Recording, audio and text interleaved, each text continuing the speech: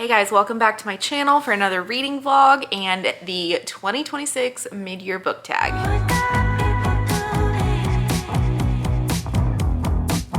If you prefer to see this content in short form, I'm gonna try to put it on my shorts, but it's also on my TikTok if you wanna check that out. All right, I've got my notes here so I can remember everything I wanna say about all of these books.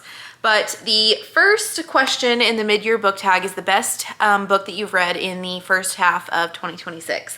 I am cheating a little bit on this one. I have two books that I could not pick between. And the first one is Razorblade Tears by S.A. Cosby. I absolutely loved this book. So this is about two fathers. They are ex-cons. One is black, one is white, and their sons marry each other and they are murdered. They have a child, and when the police, tell them that there's nothing else they can do in this case, the fathers decide to take matters into their own hands, and it's absolutely wild and crazy. And I did not see the ending coming. Okay, and it kind of, in a way, you do. But everything that gets there in the buildup and the relationship between Ike and Buddy Lee is just so well done. I love S.A. Cosby books. This is probably one of my favorites. I did not care for All the Sinners Bleed. That just wasn't my favorite, just with the topic and whatnot. But King of Ashes, Blacktop Wasteland, this is probably my favorite S.A. Cosby that I've read. I loved King of Ashes, but this one, I just have to say, this is my favorite S.A. Cosby book. It's just so good, and you don't want to put it down. I went through this so fast, and I really wish I hadn't, because I should have savored it and known that it wasn't going to get better than this. My second book that I have tied for best book of the year, I've talked about this one. It's Daggermouth. Whew, no words for this masterpiece. Like, what do I even say? Shocking. Female rage, excellent, well done. Grayson, the male main character, chef's kiss, no notes, I love him. And again, twisty, turny, shocking. One of the characters who I deeply love better be making a return in book 2. I don't want to spoil it, but if you know, you know. And at the end, my jaw literally hit the floor, and I swear to you, I just stared at the wall for like 5 minutes. I couldn't process. I still don't know if I can process, but I have recommended this book to so many people, even if they're not readers. Like, this is, I can't believe that this was actually not even scheduled to like go, I'm pretty sure this is what I heard, not even scheduled for like a print edition release. And because it's become so popular, like with Kindle Unlimited, it is, and I've pre-ordered it, obviously, but blew my mind. Next question is the best sequel that you've read in 2026, the first half. And this one is going to Emily Wilde's Map of the Otherlands by Heather Fawcett. Recently just discovered that there are going to be 2 more books in this series, which makes me very happy. But the way I describe this is definitely fantasy. There's a titch of romance, like no spice. I liked that. But it's definitely fantasy, and it's more like real world fantasy, but with fantasy elements. So Emily Wilde is a professor at Cambridge, and she studies fairies, or they call them the folk. And the first book introduces her, Wendell Bamblebee, and they are going out, Emily is going out to write her encyclopedia of fairies. This book, Emily and Wendell are, how do I want to say this? Things are discovered about Wendell in the second book, or the first book, that we discover more about in the second book. And this introduces some new characters who are really fun and I really enjoyed. And it also builds on the first book too. So this is like a true sequel. Like, I think they pretty much happen like right after the other. And they are written, the time period is like 1910. So no modern technology, which again, that's nice. But yeah, really loved this. This was so good. Just the world building, the story. and you learn more about Emily too. I feel like she came across a little bit impersonal in the first book, but you definitely learn more about her in this book. Next is a new release that you haven't read yet, but you want to. And mine is A Far-Flung Life by M.L. Stedman. I don't remember when this was published, and I actually almost purchased it the other day at a bookstore, and I didn't because it was $30, and I have so much on my TBR that I probably need to get some other books, but this is one I probably should have bought it because I do really want to read it. But it was published March 3rd, 2026. It takes place in Australia. So I guess the Ernest Cunningham series takes place in Australia, but yeah, the description is a story set in the vast outback of Australia, about tragedy, family secrets, the enduring power of love. When we do something that can't be undone or mended, how do we go on living? How do we find our North Star when there is no right answer?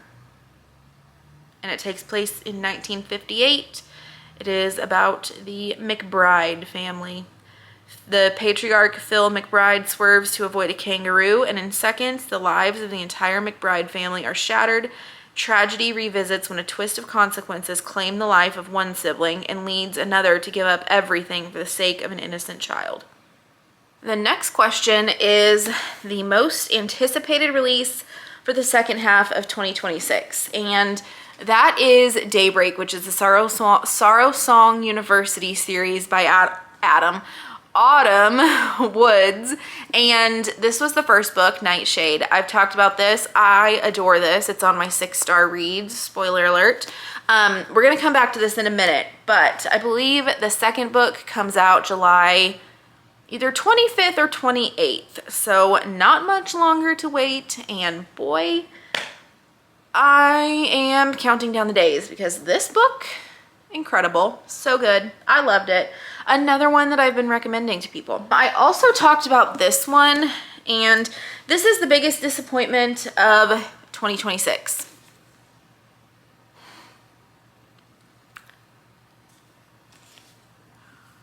I don't know what else to say other than I hated this book. Not a single character did I like. You completely see everything coming. Yeah, I'm just not a fan, and it's too bad, because one of this review, a heart-stopping story of survival, danger, and love. That could not be a bigger lie. I'm just saying that right now. That book, I'm mad I wasted my time on it and I didn't even DNF it. Okay, this next question. This next question is your biggest surprise of 2026. And okay, hang in there with me. It is that these two books were way too spicy. This one in particular, I was like, oh my God, I told someone else about this. It is 90% probably spice and 10% actual plot and writing. With that, on top of that, the writing, not good. It gets better as you go through the series, but I skipped a lot of the spicy scenes because it was so much. The show, I'm sorry, the show blows these books out of the water. Yeah, I don't want to be too mean, but yeah, that's where I'm at with the Heated Rivalry books. But I did like 3 of the 4 that came after these 2. The next question is your favorite new to you author that you discovered in 2026. And mine was easy. This was Richard Osman. I loved the Thursday Murder Club books, and I love the Thursday Murder Club characters. They are my new favorite characters, which is also a question on in this tag. So we'll talk about them both kind of simultaneously, but there are 5 books in the Thursday Murder Club series currently. And so they introduce Elizabeth, Joyce, Ibrahim, Ron, Donna, and Chris. And these are just so fun. I love, like, they're, if you've seen the Thursday Murder Club movie, it's a little bit different in that these books kind of take place from like a third person narrator, and then there's also parts from Joyce's diary. Anyway, so these are all mysteries, and the Thursday Murder Club, they live at Cooper's Chase Retirement Village, which I want to live there, by the way. And Bogdan, how can I forget Bogdan? It also introduces Bogdan.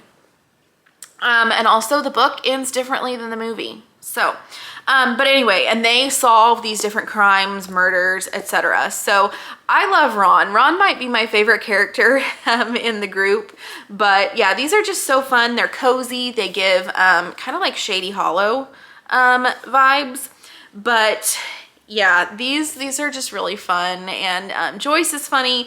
Elizabeth is a former spy. She's a badass. Ibrahim, how do you say that? Someone tell me.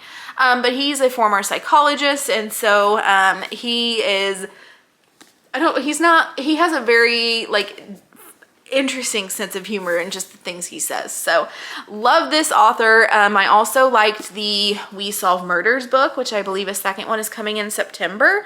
So I just like this writing style a lot, and I love these characters. So coming back to my new fictional crush and Nightshade, that is Alex Corbo Green.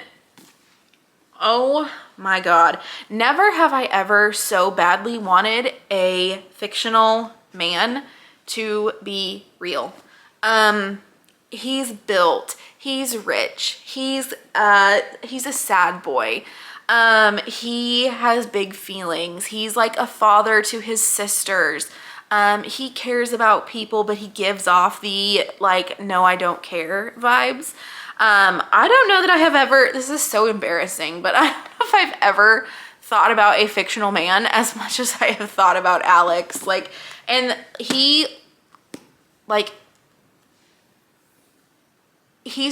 lover. He just really is. Even though no one wants him to be, but I love him. One of my favorite things, like, it's not necessarily quotes, nothing he says, it's just something he like kind of thinks, but he thinks about Ophelia, who's the female main character, who she's fine, but he says, forget dying for her, I would live for her. I'm down bad, guys. I am down bad.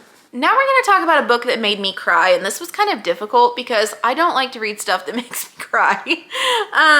But I went with The Night We Met by Abby Jimenez. And the reason I went with this is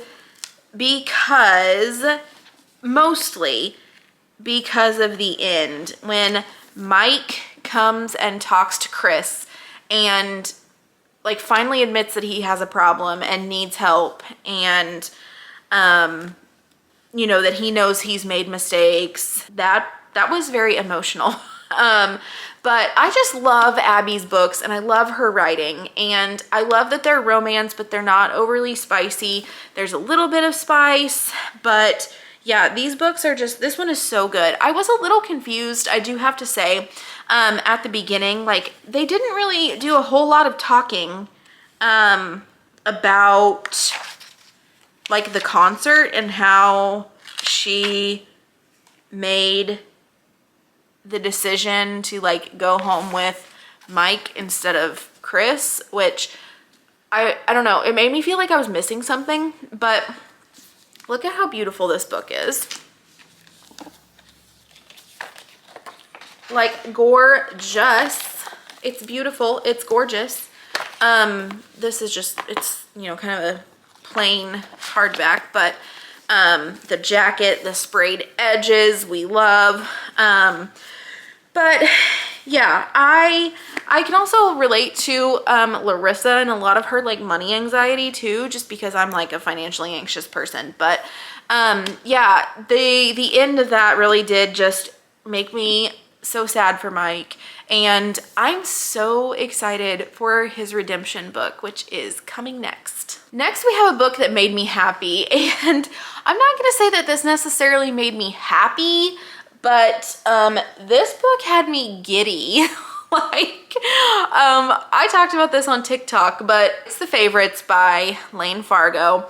And oh my God, this book was drama from start to finish. It was unhinged, it was crazy, it was wild. I ate it up, I could not get enough. Like, I ended that book, I was still like, oh my God, I was addicted to the drama. Like, it had me in a chokehold for the 18 hours that I had that book and that I spent reading it. Yes, I went through it that fast because I had to know what was next. So yeah, not necessarily happy, but when I read it, I was like, whew, boy, this is crazy. This is crazy. And then the last question or tag is your most beautiful book. And I went back and forth between two books on this one, and I ended up with this one. This is Reign of Shadows and Endings. I don't know if you can see that very well, but look at the edges of this book. Like, what? So beautiful. And then you take the jacket off, and you get this. Look at that gold. Like, that is beautiful. And this is the back. And it gets better because then you open it. Like, oh my goodness. Gorgeous. The back is the same. And then there's this other drawing illustration. I don't know who this is. I assume this is Theon. I don't know. I have not read this, but this is also like what the chapters look like. Just, this is so pretty. The white and the gold and the skulls really does it for me. So yeah, I'm looking forward to reading this. I think it's giving me fall vibes, so I'm gonna read this probably in the fall sometime. But I went back and forth between this book and Nocticadia because I love the purple in Nocticadia. That is it for the 2026, the first half of 2026 mid-year book tag. And I don't know if I'll do this again at the end of the year or not, but we'll see. Again, if you want to see any of this in short form, then that will be on my TikTok, but check that out anyway, even if you don't. So thank you guys for watching, and I'll see you in the next video.